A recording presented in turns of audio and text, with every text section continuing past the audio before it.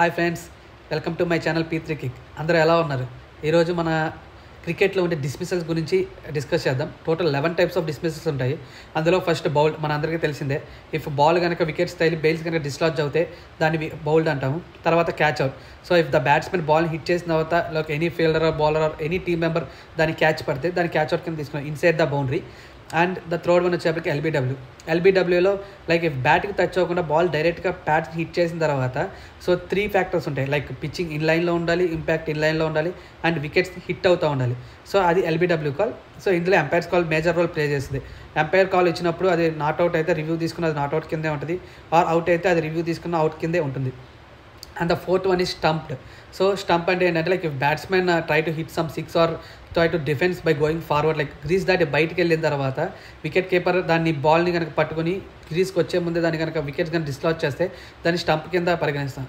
And run out వచ్చేటప్పటికి like batsmen run తీయటా ప్రయత్నిస్తున్న టైంలో లైక్ ఫీల్డర్ ఎవరైతే బాల్ చేతిలో తీసుకుని బ్యాట్స్మెన్ గ్రీస్ దాటే ముందే ఆ వికెట్స్ని హిట్ చేస్తారో అది రన్అవుట్. ఇది వరకు మనకు తెలిసిందే. And hit wicket, like if the batsmen తన కాల్తో కానీ బ్యాట్తో కానీ బై మిస్టేక్ వికెట్స్కి హిట్ అయ్యి బెయిల్స్ కనుక డిస్లాజ్ అవుతాయి హిట్ వికెట్ అవుతుంది. ఈ 6 మెయిన్ కాకుండా అనదర్ 5 కూడా ఉంటాయి. సో అందులో ఫస్ట్ వన్ వచ్చేటప్పటికి hitting the ball twice. Like batsmen కనుక కావాలని ఒక బాల్ని 2 టైమ్స్ కనుక కొడితే అది అవుట్ కింద పరిగణిస్తారు.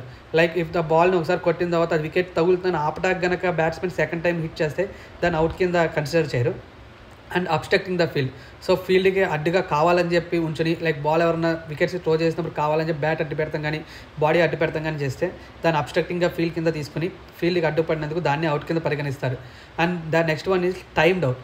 సో గివెన్ టైం ఉంటుంది. ఒక బ్యాట్స్మెన్ అవుట్ అయిన తర్వాత నెక్స్ట్ బ్యాట్స్మెన్ ఒక 3 మినిట్స్లో వచ్చి అక్కడ వికెట్ లైక్ బౌలర్ని ఫేస్ చేయడానికి రెడీగా ఉండాలి.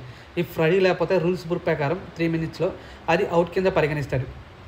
అండ్ రిటైర్డ్ అనేది మనం నార్మల్గా ఏమైనా దెబ్బలు తగిలినా కానీ అలా తీసుకోవచ్చు. సో దానికి ఎంపైర్ అంగీకరిస్తారు. బట్ ఎంపైర్ అంగీకరించకుండా మనం పిచ్లోంచి బయటకు వెళ్ళిపోతే దాన్ని రిటైర్డ్ అవుట్ కింద పరిగణిస్తారు. సో దాని రిటైర్డ్ అవుట్ అయితే మనం మళ్ళీ క్రీజ్లోకి ఎంటర్ అవుటానికి ఛాన్సే ఉండదు ఇంకా. అండ్ లాస్ట్ వచ్చేసరికి handling the ball. So batsmen బ్యాట్తో కాకుండా చేత్తో బాల్ ఆపుదామని ట్రై చేస్తే అది కూడా అవుట్ కింద పరిగణిస్తారు. సో ఇవే క్రికెట్లో ఉన్న లైక్ 11 టైప్స్ ఆఫ్ డిస్మిసల్స్. ఇలాంటి more interesting facts, interesting updates అన్నిటి కోసం మన ఛానల్ లైక్ చేయండి, సబ్స్క్రైబ్ చేయండి. బాయ్ గాయ్స్, వెళ్ళొస్తా.